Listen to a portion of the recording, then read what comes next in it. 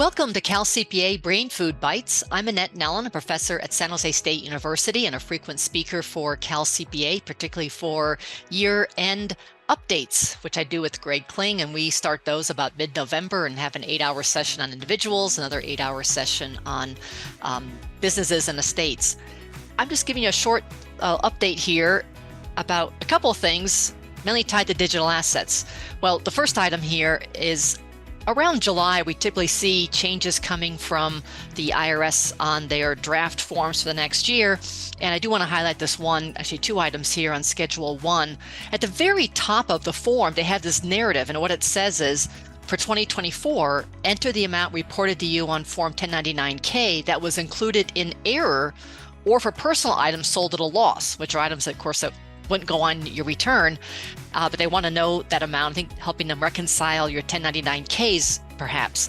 Then it says, note, the remaining amounts reported to you on Form 1099-K should be reported elsewhere on your return depending on the nature of the transaction, and some of those actually might go on Schedule 1. Of course, we don't have the draft instructions yet. Hopefully they'll lay out a little bit more of what they're trying to do here, but I think it's trying to get at reconciling 1099-Ks. And while the American Rescue Plan Act enacted in March 2021 dropped the threshold of when a third-party settlement organization such as PayPal has to issue a 1099-K, they dropped it to where instead of issuing one if they process payments for somebody that were more than $20,000 for the year and more than 200 transactions, Congress dropped it to as long as it's over $600 that PayPal or Venmo or other third-party settlement organization processed for somebody where they got those payments for providing goods or services.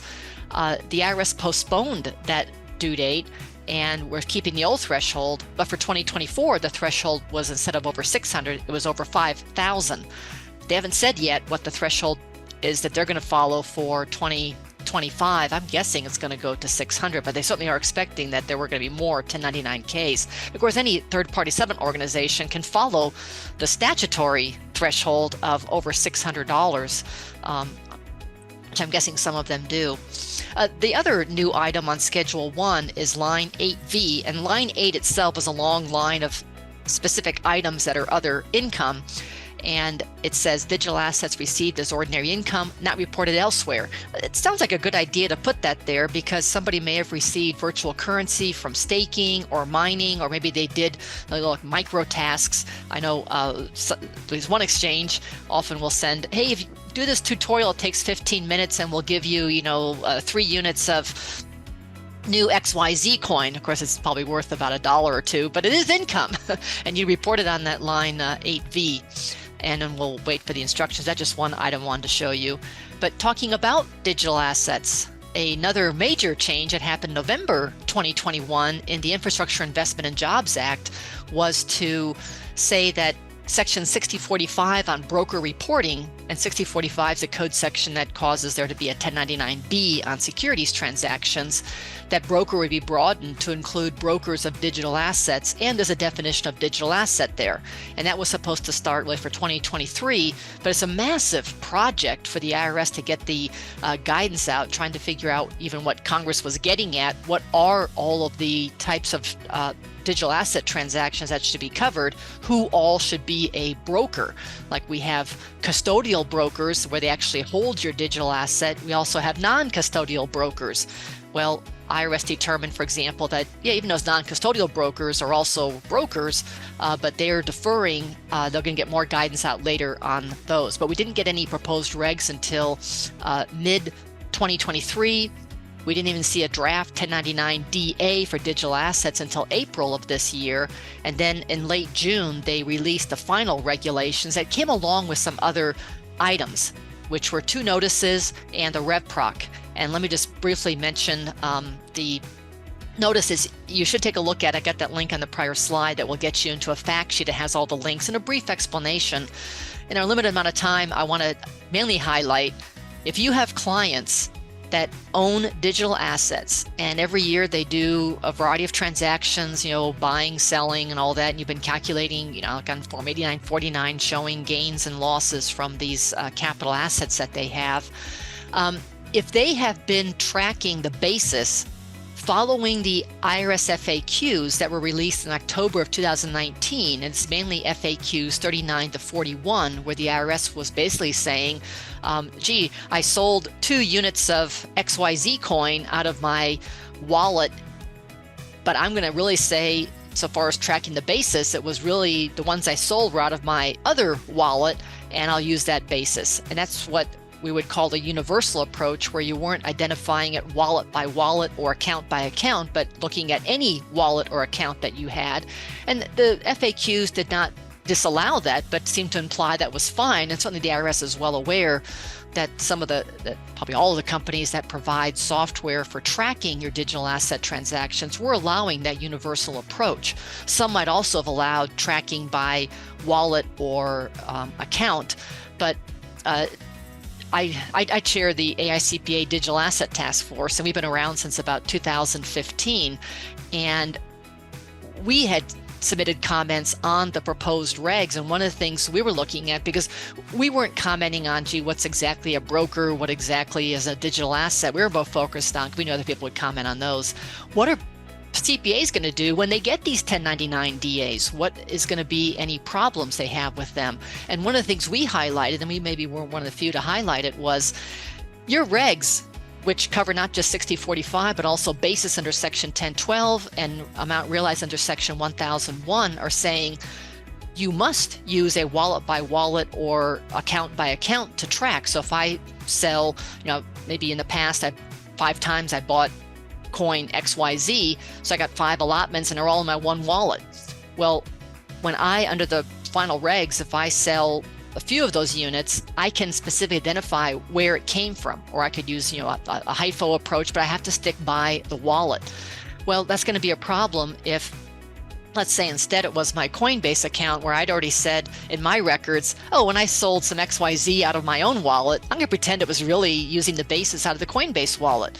Well, someday when I actually do sell the coin out of Coinbase, they don't know that I've already used that basis. So there would be just problems. So what the IRS came up with was, at the end of 2024, people who have been using this universal tracking approach to know their basis would have to basically identify at the end of the year, how much do you have of unused basis?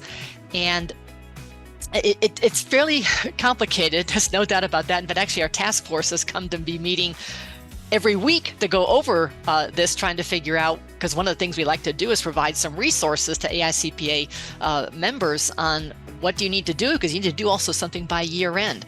There's also a few things that aren't quite clear in the Rev Proc, so we're probably going to send a comment letter off to the IRS. But it's basically what they're having you do: identify what are your units of unused basis. Well, the best way to get through this is, let me give you an example. And there's 5 examples in the regulations. Let me go over these first 3. Okay, so the first one is that B, who is the taxpayer, holds 10 units of digital asset DE in an unhosted wallet, in his own wallet, and he's calling it XYZ. That's the wallet name. He acquired those in July 2019 at $1 each. He also has 20 units of digital asset DE in his GHI wallet, and he acquired those in September 2020 at $5 per unit. Now, in example 1, he sells all these units before the end of the year. Okay, so he's done. There's nothing for him to do. He doesn't have anything to allocate because he doesn't have these coins anymore. But those facts become relevant as they're carried over to example 2. Okay, so in example 2, instead of selling them in 2024, he sells just 6 units, and he takes them out of his XYZ wallet, but he assigns the basis because in 2024, he's still allowed to use the FAQ universal approach as opposed to an account by account, wallet by wallet identification of what you sold. So he, in his records B, decides, well, even though I took the 6 units out of XYZ wallet and sold those, which have a $1 basis, I'm instead going to assign the $5 basis that I have in my GHI wallet for these DE units. So what happens is, at the start, let me show you, I'm trying to know how to make a diagram of this. So the diagram was, he started with 10 coin in wallet XYZ at $1 basis each, and in GHI wallet he had 20 of the DE coin, and it was $5 basis each. Well, when he sold 6 out of XYZ, but gave them $5 basis rather than $1 basis, he still has at after this transaction and by the end of the year, because let's say he did no other transaction before the end of the year, he still has $10 basis in XYZ, but 6 units sold times 5 is 30. He took 30 basis out of his GHI wallet, bringing that down to 70.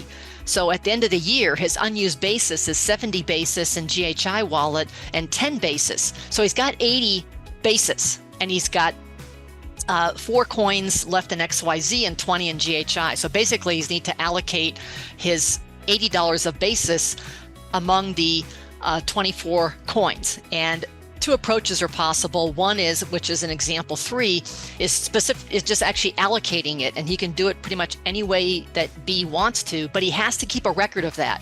That's one thing that's not real clear. What exactly should this record look like to show that you truly did this by January 1st, 2025? Because no one would want to have the situation was, I think I did it right. A couple years later, revenue agent comes along and says, no, that's not a valid record. So it's one of the things we're going to ask the IRS, could you confirm exactly what you want documented? Like, do you need to get it notarized or something? So continuing on from example 2, B has done some kind of an allocation. And then on March 1st, 2025, with this new allocation of what he's done, and example 3 is using what's just called an allocation. There's also the possibility of doing what's called a global allocation. It goes on to example 4, which I will leave for you to take a look at. So what he did at January 1st, 2025, or by January 1st, 2025, and somehow, set in stone, that's what his basis was of the $80 of basis he had, unused basis, and the 24 coin he had. He decided that in the 4 units that actually were in XYZ wallet, 2 of them he'd give $1 basis, and whatever that basis is, it ties with the acquisition date. So that has July 2019 acquisition date. And he says the other 2 units in his XYZ wallet are going to have a $5 basis. Then in this GHI wallet, which still has 20 coin in it, he says 8 of those are the dollar basis with the July 1st date, and the other 12 are the $5. So he has allocated this. And when he sells on March 1st, he actually is going to sell 2 units in the XYZ. So he has to, under the regs, match those with other coin DE in that same wallet. And what he does is he decides he sells one of the $1 basis and one of the $5 basis. So I know that's a lot to go through. Hopefully that will help you get through at least the first 3 examples. And hopefully the IRS is going to say a bit more. At the moment I'm recording this, early August, the FAQs on virtual currency have not been updated to even note that there's this RevProc. That's something we also put in our comments that we sent off to the IRS last November, was update the FAQs, at least put a warning in there. Hey, what is described in like questions 39 to 41 will not be allowed after 2024. You have to do an account by account or wallet by wallet approach on that. I'll leave you with the quick outline of the regs in the 6045. There is a lot there, a lot to cover in a short brain bite here. But thank you for listening to this. We will certainly have more on this, but we don't certainly want to highlight that this is looking like something you clients are going to want to do, and usually checking with their most people with a lot of digital assets are using some kind of a software tracking program. See what that software provider is going to do to help with this implementation of the RevProc, assuming they've been using a universal approach for identifying their basis of their assets. And please look forward to part 2 of a quick brain food update on some other items to know mid-year by Greg Kling. Thank you.